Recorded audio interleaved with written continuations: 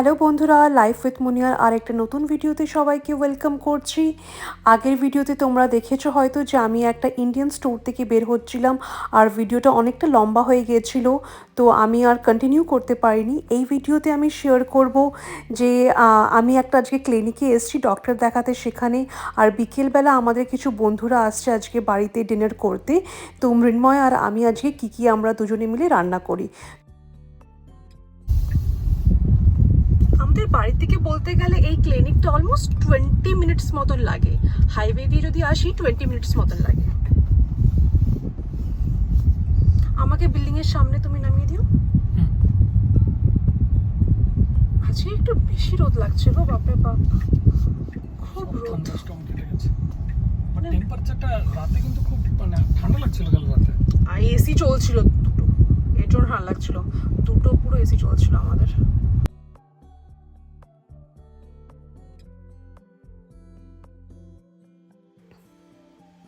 মৃন্ময় আমাকে এখানে ড্রপ করে দিয়ে ও কারকে পার্ক করে আসছে।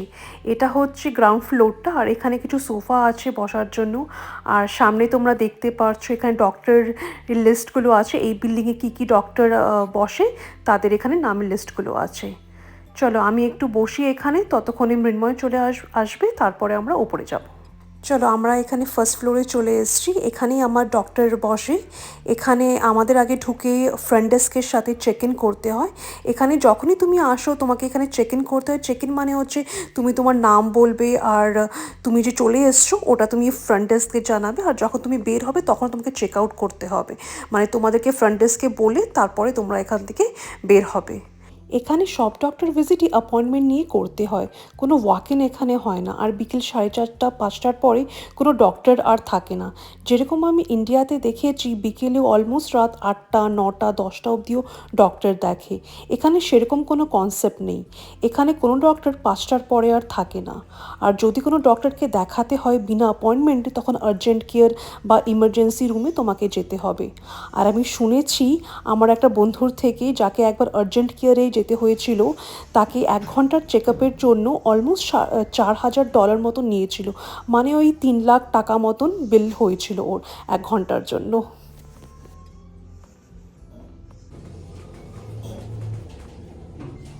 এই ডক্টর দেখি আমরা এখন এখান থেকে বের হলাম। ভেতরে আমি সেরকম কিছু আর দেখাতে পারিনি বিকজ অনেক পেশেন্টস ছিল, সো আর সেরকম কোনো ভিডিও শ্যুট করতে পারিনি। আর এখান থেকে এখন বের হয়ে এখন প্ল্যান হচ্ছে কিছু খাবো, বিকজ মৃন্ময় কিছু খাইনি আর আমার এখন খিদে পাচ্ছে। তো দেখা যাক কোন রেস্টুরেন্টে যাই। রেস্টুরেন্ট করে তারপরে আই গেস আরও কিছু কেনার আছে না আমাদের, কিনে তারপরে আমরা বাড়ি যাব। আর বাইরে তো সেই রোদ, একবার তোমাদেরকে দেখাচ্ছি। না আমিও আছি তোমার সাথে। গাড়ি দূরে পার্ক করেছো? ভেবেছিলাম রোদ আসবে না, এখানেই করতাম।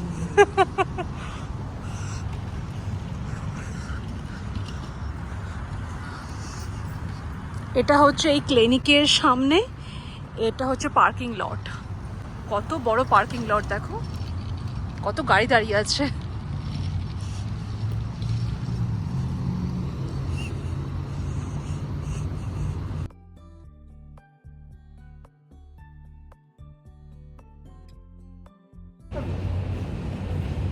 আমরা এখানে পৌঁছে গেছি, এখন আমরা রেস্টুরেন্টটাই খুঁজছি। আমাদের ইচ্ছে হলো যে আজকে আমরা একটু পাস্তা খাই, তো এটাই ফ্রিস্কোর এখানেই আমরা এসেছি। আমাদের এই ক্লিনিক থেকে আই গেস 5-7 মিনিট দূরে ছিল। তো মৃন্ময় এখন আমাদের পেছনে গাড়ি পার্ক হয়ে আছে, অ্যান্ড আমরা এখন দেখছি। মৃন্ময় এখানে ম্যাপ আছে, এখানে একবার দেখে নিই। এই যে সামনে মনে হচ্ছে 10 স্টার। তুমি হেঁটে এটা একবার হেঁটে গেলেই তো এই তো হ্যাঁ এদিকেই চলো দেখা। চলো হেঁটে আমরা দেখি যে রেস্টুরেন্টটা কোথায় আছে, তারপরে তোমাদের সাথে শেয়ার করছি।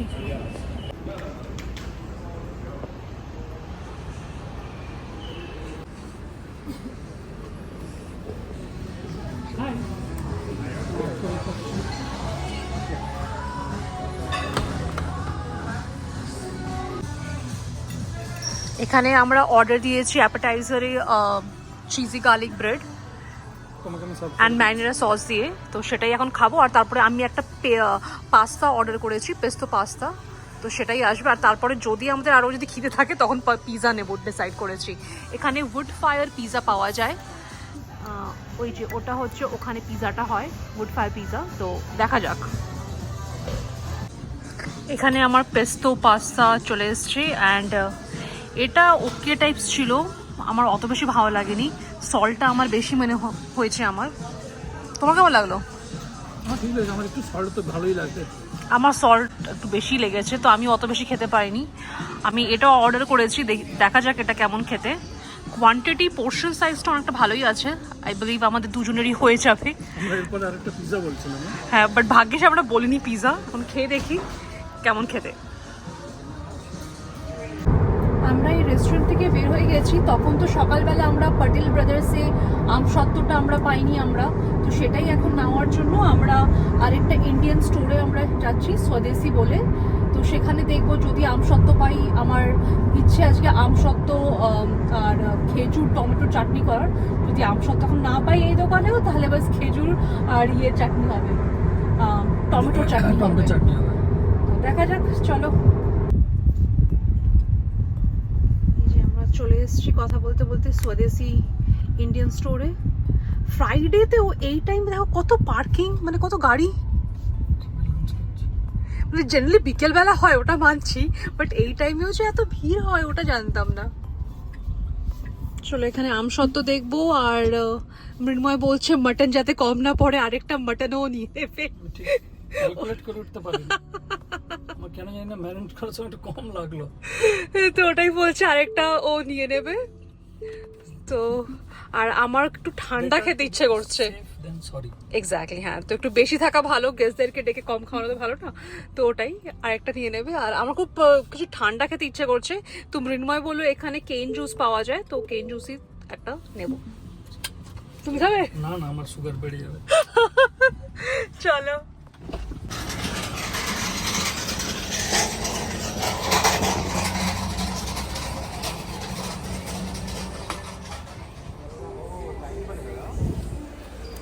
আবার কেন আম দেখছো? দেখছি এটা কি আম, কি আম বোঝা যাচ্ছে না। কি সামগ্রী? না রে, ওটা না, এটা বোধ ব্যাঙ্গন ফল্লি। बैगन फली এটা। আর এটা বোধ কেসর, লেখা তো আছে কেসর, স্ট্যাম্প তো দেখাচ্ছে না।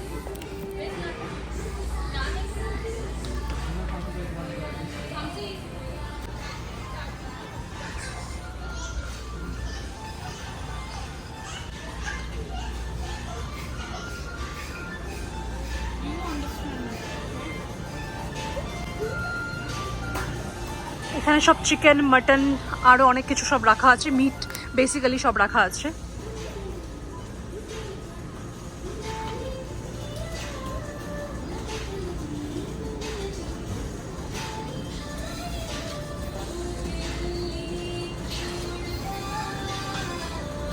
তোমার কি মনে হচ্ছে হয়ে যাবে? আমি এসেই আগে লাইনে দাঁড়িয়ে পড়েছিলাম, না হলে যা লম্বা লাইন ছিল। আর মৃন্ময় আমসত্ত্ব পেয়েছো কোথায়? এই তো দুটো নিয়ে, হ্যাঁ, দুটো আমসত্ত্বও নিয়ে নিয়েছে। এখন আমরা বেল করব, চলো।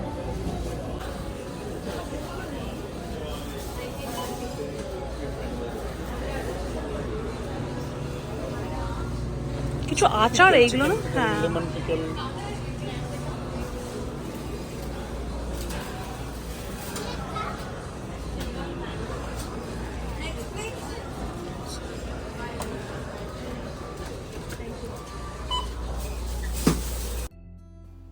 এই বিল করে আমরা এখানে চলে এসেছি আখের রস খাওয়ার জন্য। এটা হচ্ছে ওই স্বদেশির পেছনেই রেস্টুরেন্ট আছে, যেখানে আরও অনেক কিছু পাওয়া যায়, ইডলি ডোসা আরও অনেক টাইপের খাবার টাবার পাওয়া যায়। সেখানেই একটা জুস সেন্টার আছে, তো সেখান থেকেই আমরা আখের জুসটা নিয়ে নিচ্ছি। আর মৃন্ময় এখানে বিল করছে। খুব ঠান্ডা খেতে ইচ্ছে করছে আমার এখানে।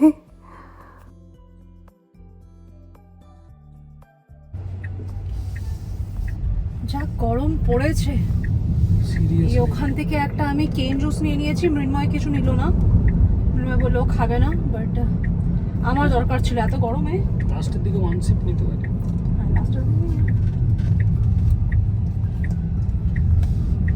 ভালো বানায়, তোমরা দেখলেই একদম সামনেই ওই আখকে পুরো জুস করে ইয়ে করে দিল। তো ফ্রেশ জুস।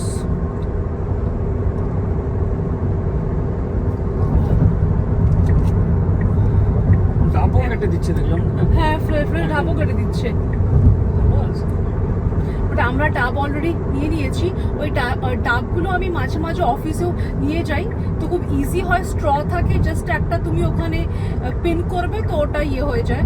তো ওই ডাবগুলোই আমার ভাল লাগে। আর ডাবগুলোকে আমি আবার বাড়িতে নিয়ে আসি, আমি অফিসে ফেলে দেই না, বিকজ মৃন্ময় তারপরে ওটাকে বাড়িতে আনার পর ওটাকে ভেঙে হ্যামার দিয়ে ভেঙে ওটাকে ওই ভেতরের মালাইগুলো দেয়। মালাইগুলো খেতে ভাল লাগে, একদম নরম তুকতুকে থাকে, আমার খেতে খুব ভাল লাগে। হ্যামার কিনা হয়েছিল বাড়ির কিছু কাজের জন্য, বাড়ির কাজে তো লাগলো না। বাড়ির কাজে আর হ্যামার আমাদের লাগেনি, ওটা হচ্ছে কোকোনাট ভাঙাতে আমাদের কাজে লাগছে হ্যামারটা। বাট ঠিক আছে, হ্যাঁ, ওই কোকোনাটের ওই মালাইটা খেতে আমার খুব টেস্টি লাগে। সেটা কি আমার দিকে নেই? তোমার দিকেই আছে। এই দেখো তোমার দিকটা তুমি সরিয়েছো, আমি কি করছি?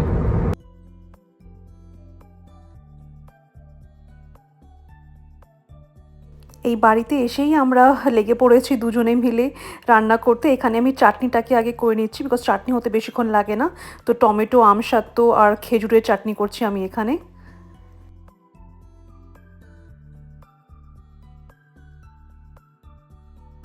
চাটনিটা আমাদের হয়ে গেছে। এখন চাটনির পরে আমি এখানে বাসন্তী পোলাওটাকে আগে মেখে রাখছি। তো এখানে কালিজিরা বলে একটা রাইস আছে। কালিজিরা আই গেস বাংলাদেশে যেটা আমাদের ইন্ডিয়াতে বলে গোবিন্দভোগ, সেরকমই একটা রাইস যেটা বাংলাদেশে কালিজিরা বলে। তো সেই চালটাই আমরা নিয়ে এসেছিলাম একটা বাংলাদেশি দোকান থেকে। ওই কালিজিরা রাইস দিয়ে এখানে বে লিভস, ক্লোভস, কার্ডামম, ঘি, হলুদ দিয়ে মেখে রাখছি। ওই 1 ঘন্টা মতন মেখে রাখবো, তারপরে আমি ওটাকে বানানো স্টার্ট করব। এখানে আমি এখন এই আমুলের ঘি দিচ্ছি আর তারপরে এখানে মেখে রাখছি। এখানে ওই 1-2 ঘন্টা মতন মেখে রাখবো। মৃন্ময় ততক্ষণে আগে মাটনটা করে নেবে, করার পরে তারপরে আমি বাসন্তী পোলাওটাকে লাস্টে বসাবো।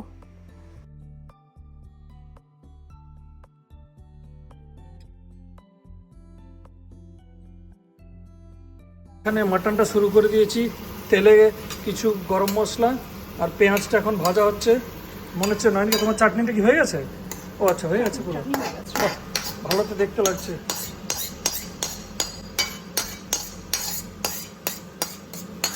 দেখি কাজু কিশমিশও দেখি। হ্যাঁ, দিয়েছো তো দেখছি, কাজু কিশমিশ সব দিয়েছো।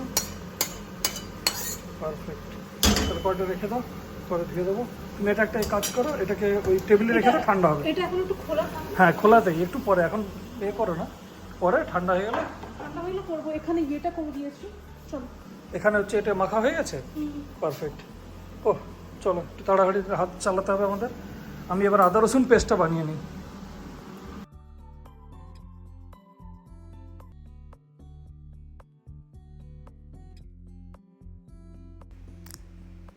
মৃন্ময়ের ওখানে প্রেশারে মাটনটা হয়ে গেছে, তো ওটা সাইডে রাখা আছে। আর আমি এখানে এখন লাস্টে এই বাসন্তী পোলাও করা স্টার্ট করে দিয়েছি, বিকজ বেশি আর টাইম নেই, আমার সব ফ্রেন্ডসরা চলে আসবে। তো এখানে আমি এই ঘিয়ের মধ্যে বাসন্তী পোলাওটাকে হালকা আমি নেড়ে নিচ্ছি, তাহলে একটু কালারটা চেঞ্জ হবে। আর সবচেয়ে ইম্পর্টেন্ট যেটা বাসন্তী পোলাও তো আমরা ভয় লাগে, জলটা কত কোয়ান্টিটিতে তুমি দিচ্ছ, বিকজ বেশি দিলে আবার গলে যাবে, কম দিলে আবার কাঁচা থাকবে, মানে চালটা সেদ্ধ হবে না। তো একদম এক্স্যাক্ট কোয়ান্টিটিতে জল দেওয়া, সেটা রিয়েলি একটা টাফ ব্যাপার, অ্যাটলিস্ট আমার জন্য, আমি তাই মনে করি। তো ওটাই এখন আমরাই দেখছি। মৃন্ময় বাইরে চলে গেছে অ্যাপেটাইজার যে আমরা অর্ডার দিয়েছিলাম সেটাই আনতে। আর এই বক্সটা এখনও এখান থেকে সরেনি, আমার মনে হয় না আর আমরা এটাকে সরাবো। সবাই সাইড দিয়েই ঢুকবে, সবাই দেখবে, আর কিছু করার নেই। আর আমি একবার দেখাচ্ছি, আমি ঘরটাকে অলমোস্ট গুছিয়ে নিয়েছি, সবই হয়ে গেছে, একবার দেখাচ্ছি তোমাদের সবাইকে।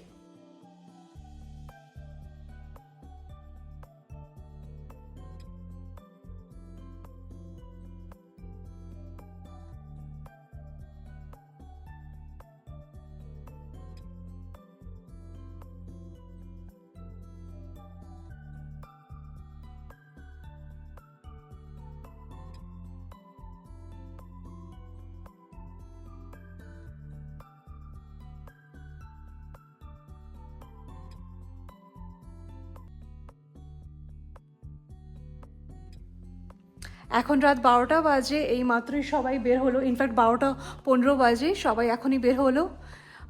খাওয়া দাওয়া হলো, আড্ডা হলো, তো আর সেরকম কিছু করে আর ভিডিও করা হয়নি। তো আজকের ভিডিও এখানেই শেষ করছি, আবার দেখা হবে আর একটা নতুন দিনে আর একটা নতুন ব্লগে। সবাই ভালো থেকো, টাটা।